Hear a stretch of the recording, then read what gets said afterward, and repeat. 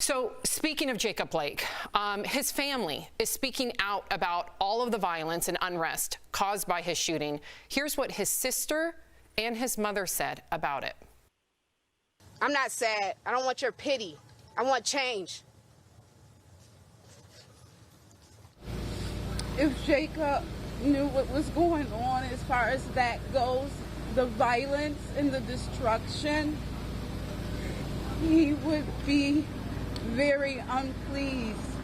Do Jacob justice on this level and examine your hearts.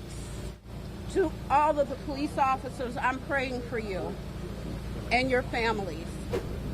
Wow, examine your hearts. Erica, I want to pivot right now in the sense that what I'd originally planned, again, when I read the comments, I want you to take the opportunity, Erica, to just look through the lens and speak to our viewers.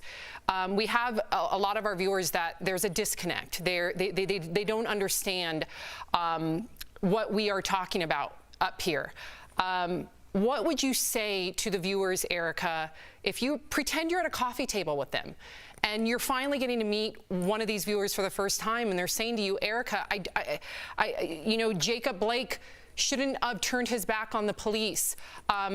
Maybe they're saying something in the lines of, well, the vigilante last night had his arms up. How would you somehow get them to understand the climate that we're in and that you yourself and your friends and family members of color have to deal with every single day? Well, Sam, first of all, I am not interested in getting someone to understand something that they're committed to misunderstanding.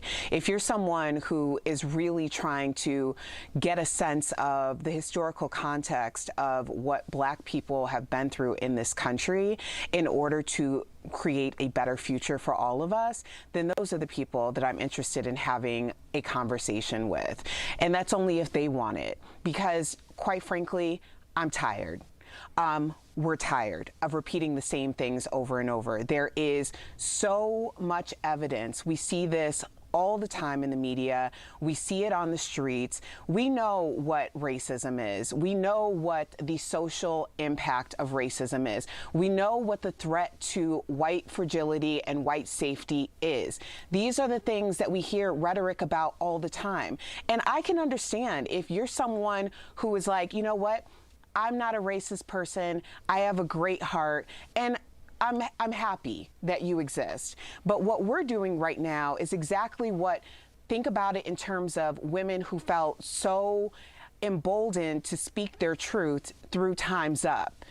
We're talking about a moment right now to amplify a need because there's disparity in a certain group. Julia Blake, Jacob Blake's mother, if you haven't heard her entire plea, please listen to it, because this is a woman who is going through the worst thing imaginable for a parent. And what she's saying is a house divided cannot stand.